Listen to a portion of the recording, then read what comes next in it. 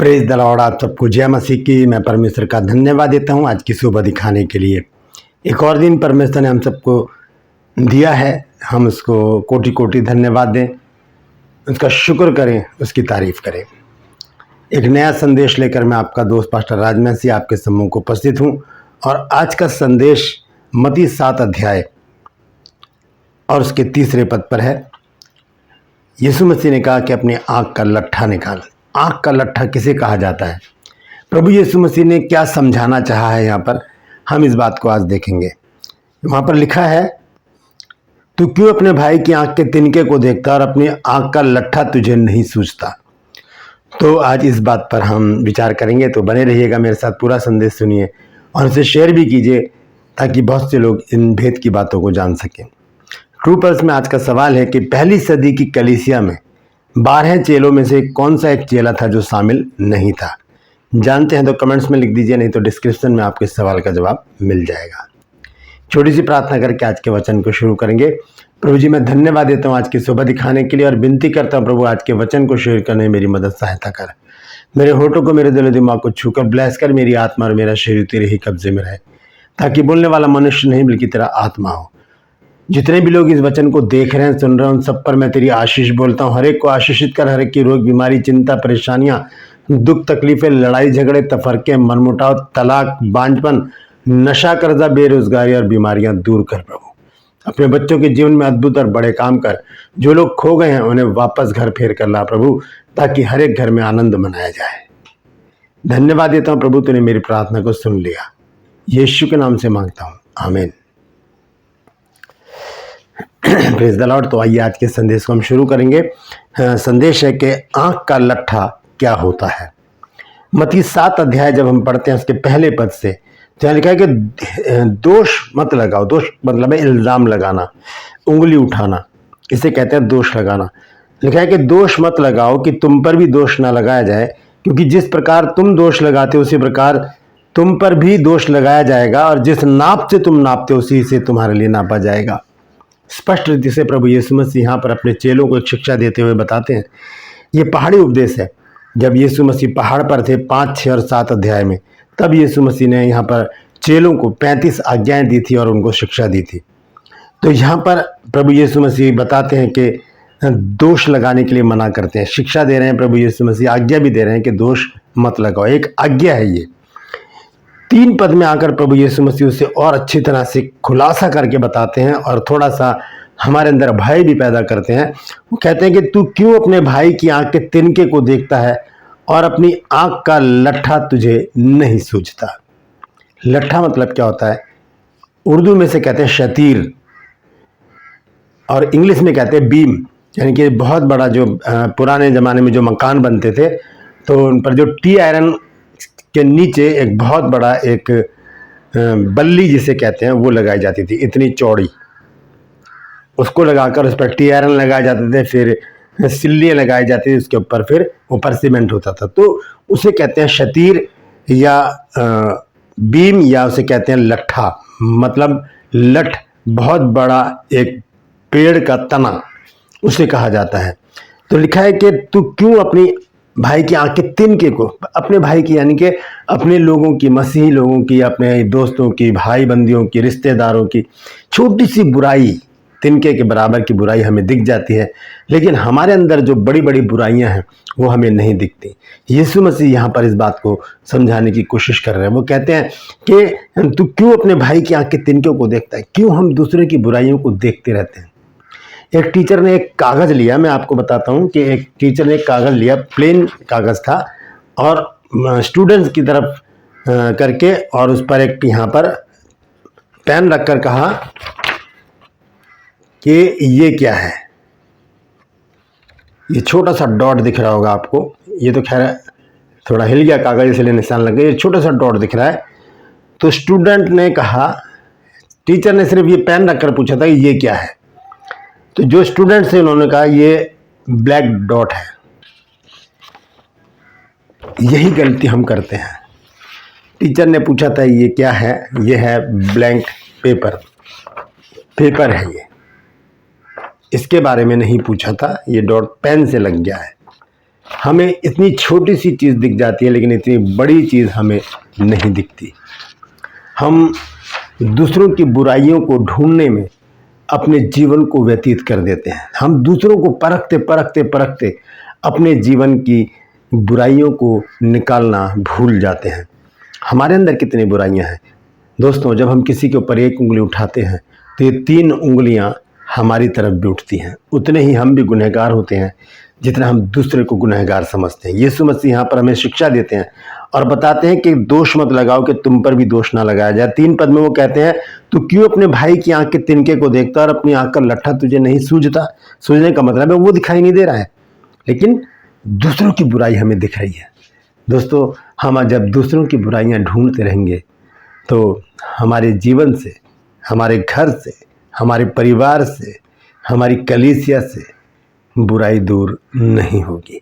ज़रूरत है पहले हम अपनी बुराइयों को दूर करें।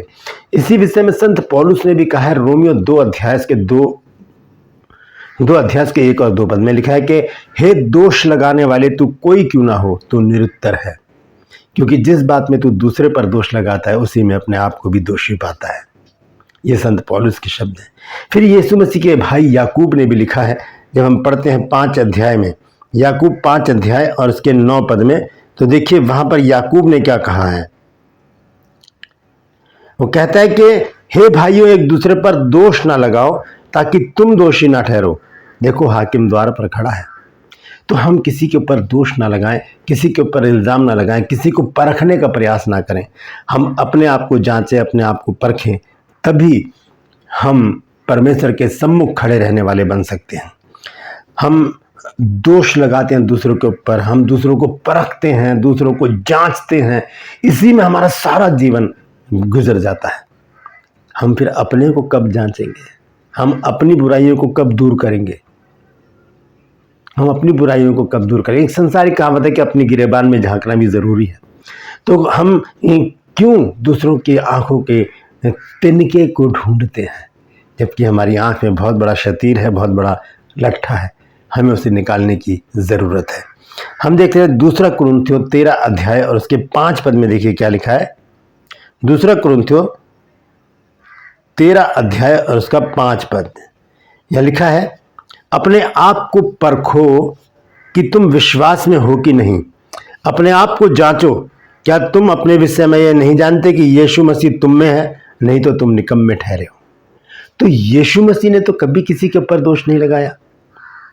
हम में अगर यीशु मसीह है तो हम किसी के ऊपर दोष नहीं लगाएंगे, बल्कि हम अपने को सबसे पहले परफेक्ट करेंगे, अपने आप को सिद्ध बनाएंगे, तब हम दूसरे को कह सकते हैं।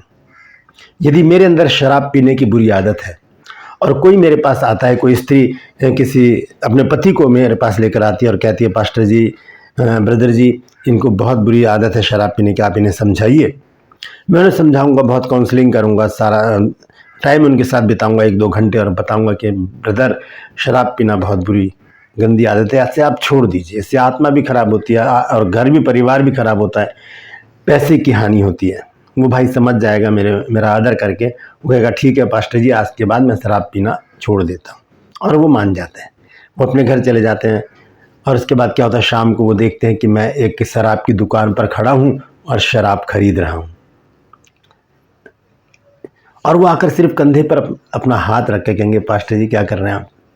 क्या हालत होगी मेरी? जब मैं खुद ही नहीं शराब छोड़ रहा हूँ तो मैं दूसरे को कैसे कह सकता हूँ कि शराब पीना छोड़ दीजिए? तो पहले मुझे अपने आप को परफेक्ट करना पड़ेगा, पहले मुझे अपनी आंख के लट्ठे को निकालना पड़ेगा, ताकि मैं अपने भाई से कह सकूँ, ला भाई दिखा, मैं तेरी आंख में से तिनके को निकाल दूँ। अब मैं तेरी बुराई को दूर कर सकता हूँ, क्योंकि मैंने पहले अपनी बुराई को दूर किया है। पहले मैं शराब पीना छोड़ूंगा, तब मैं उस भाई को कह सकता हूँ कि भाई, शराब पीना अच्छी बात नहीं है। दोस्तों, दोष लगाना बहुत सरल बात है, लेकिन जब हम अपने को परखते हैं तब वहाँ पर बड़ी मुश्किल हो जाती है, और हम अपनी बुराइयों को निकालने में बड़ा टाइम बिता देते हैं, और वो टाइम बीतते बीतते बहुत ज़्यादा समय हो जाता है। तो आज ही हमारे पास समय है कि हम अपने आप को जांचें, परखें। हम देखते हैं 1 कुरिन्थियों में जब 11 अध्याय और उसके 31 पद में, वहाँ पर संत पौलुस ने क्या लिखा है। देखिए क्या लिखा है, 31 पद। यह लिखा है, यदि हम अपने को जांचते तो दंड ना पाते। दंड कैसे मिलेगा? जब हम दूसरे के ऊपर इल्ज़ाम लगाएंगे। हम खुद उस काम में लिप्त हैं और दूसरे को मना कर रहे हैं, तो इसमें तो परमेश्वर तो नाराज होगा ना, फिर हमें दंड भी मिलेगा। तो यहाँ पर लिखा है कि यदि हम अपने को जांचते तो दंड ना पाते। प्रभु भोज के विषय में है कि प्रभु भोज लेने से पहले हम अपने आप को जांचें कि हमारे अंदर क्या क्या बुराइयां हैं। तो इसी तरह से हमें क्या करना है, अपनी आँख के लट्ठे को निकाल कर तब सामने वाले से कहना है कि ला भाई, मैं अब तेरी आँख से तिनके को निकाल दूँ। Praise the Lord. परमेश्वर इन वचनों के द्वारा हम सबको आशीष दे। दोस्तों, ये बहुत ही महत्वपूर्ण संदेश है यीशु मसीह के द्वारा।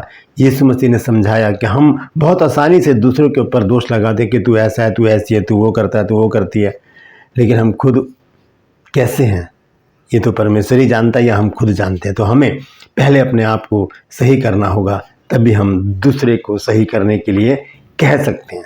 बाध्य नहीं कर सकते या उसके पीछे नहीं पड़े रह सकते। हम कह सकते हैं कि ये बात गलत है। अगर हम नहीं सुधरेंगे और दूसरे को सुधारने की कोशिश करेंगे तो जिसको हम सुधारने की कोशिश कर रहे हैं वो कहेगा पहले अपने आप को सुधार लो, फिर मुझसे बात करना। तब हमारे पास जवाब नहीं होगा। Praise the Lord. परमेश्वर इन वचनों के द्वारा हम सबको आशीष दे। मैं गुजारिश करता हूँ इस वचन को शेयर कीजिए ताकि और भी लोग इस भेद की बात को जान सकें। यदि आज आपने कुछ नया सीखा है तो कमेंट्स में ज़रूर लिखिएगा और इस वचन को अपने दोस्तों को, रिश्तेदारों को, जहाँ भी आप चाहते हैं वहाँ फॉरवर्ड कीजिए, शेयर कीजिए और इस भेद को लोगों तक पहुँचा दीजिए। मेरे जो सब्सक्राइबर हैं 70,000 के करीब हैं, मेरा टारगेट है 1 लाख का। तो मैं आपसे गुजारिश करता हूं कि और भी लोगों को इस चैनल पर जोड़िए, क्योंकि ऐसे ही सत्य वचन का यहाँ पर प्रचार करना नियुक्त है और क्योंकि जिद है सच को फैलाने की। Praise the Lord. True pulse में आज का सवाल है कि पहली सदी की कलीसिया में 12 चेलों में से वो कौन सा चेला है जो शामिल नहीं था? जानते हैं तो कमेंट्स में लिख दीजिए, नहीं तो डिस्क्रिप्शन में आपको इस सवाल का जवाब मिल जाएगा। Praise the Lord. आज गुजारिश करता हूं कि मेरे इन चैनल्स को सब्सक्राइब कीजिए, बेल आइकन को दबाइए ताकि नोटिफिकेशन आपके पास पहुंचे, नया वीडियो, नई जानकारी बिना व्यवधान के, बिना रुकावट के आपके पास पहुंच जाए। और मेरे वीडियोस को लाइक कीजिए, शेयर कीजिए और कमेंट्स बॉक्स में आकर मुझसे ज़रूर बातचीत कीजिए। Praise the Lord. आज के लिए बस इतना ही। फिर मिलूंगा एक नए संदेश के साथ, एक नया वीडियो लेकर। तब तक के लिए मुझे इजाज़त दीजिए, लेकिन अपना और अपनों का ख्याल रखिए और याद रखिए यीशु मसीह के इस वचन को 7 अध्याय मत्ती रचित सुसमाचार और उसका 3 पद, पहले अपनी आँख के लट्ठे को हमें निकालना होगा। Praise the Lord.